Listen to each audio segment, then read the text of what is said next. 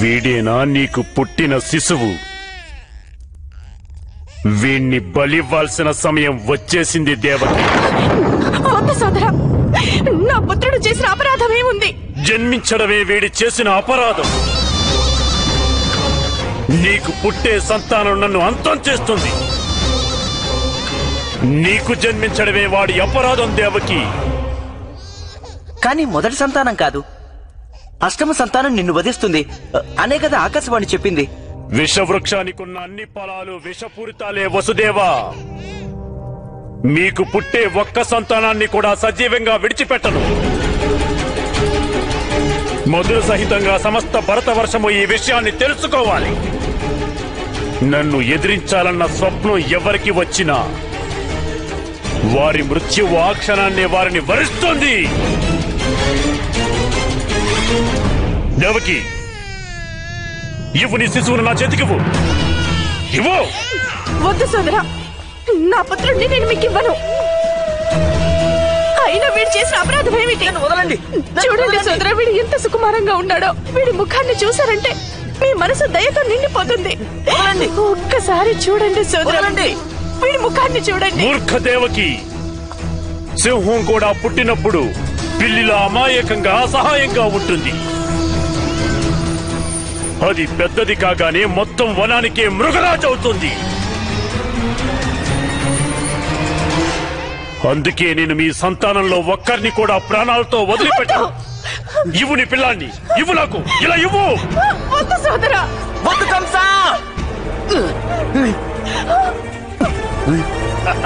వద్దు వద్దు వద్దు సోదరా, నా పుత్రుని వదిలిపెట్టండి. మీరు నన్ను చంపండి. నీవు నన్ను చంపుతావా?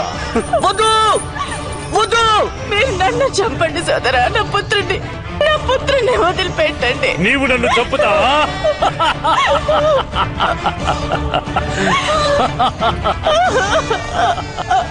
వదిలిపెట్టండి. వదిలిపెట్టండి వదిలిపెట్టండి వదిలిపెట్టండి. వద్దు వద్దు వద్దు వద్దు కంసా, ఒకవేళ నీవు వాడిని వధించావంటే ఇది బాగా గుర్తుంచుకో, మేము మా 7 పిల్లల్ని త్యాగం చేసేందుకు సిద్ధం. అందుకోసం పుత్ర శోకాన్ని అనుభవించడానికైనా సిద్ధమే. నీకు మరణదండను విధించే అష్టమ పుత్రుడు అవశ్యం జన్మిస్తాడు. నిజంగా నీకు సామర్థ్యమే ఉంటే నీవు వాడిని కూడా వధించ చూస్తాను.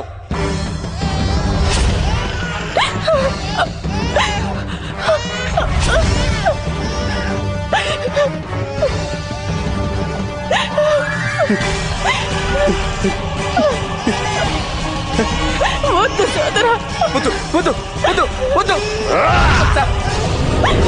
సంపత్తు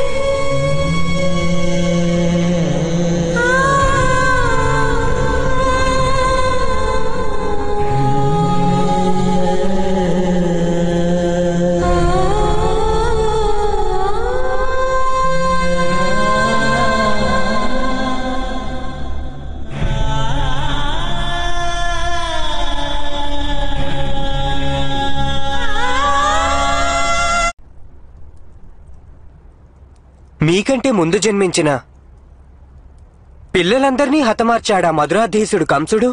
అవును వత్స. పాపం పుణ్యం ఈ రెండింటి రూపము మాల మాదిరిగానే ఉంటుంది. ఏ విధంగా ఒక ముత్యం రెండవ ముత్యాన్ని, రెండవ ముత్యం మూడవ ముత్యాన్ని కట్టిపడుతుందో సరిగ్గా అలాగే ఒక పుణ్యం ఇంకొక పుణ్యాన్ని చేయిస్తుంది. అలాగే ఒక పాపం తప్పక ఇంకొక పాపానికి దారితీస్తుంది.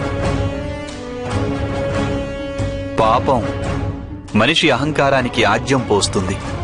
మనిషి ఇంకొక పాపం చేయడానికి, కాని చివరికి అహంకారం వలన మనిషి దాని ఫలితాన్ని చూడలేకపోతాడు. అధర్మం, అపరాధం పరంపరగా నిర్మించుకుంటూనే ఉంటాడు. సమాజం ఎన్ని మోసాలను, ఎంత వంచనను, ఎన్ని అపరాధాలను సహించగలదు? ఎందరు అపరాధులను అది క్షమించి వదిలివేయగలదు? ఈ నిర్ణయం సమాజమే తీసుకుంటుంది.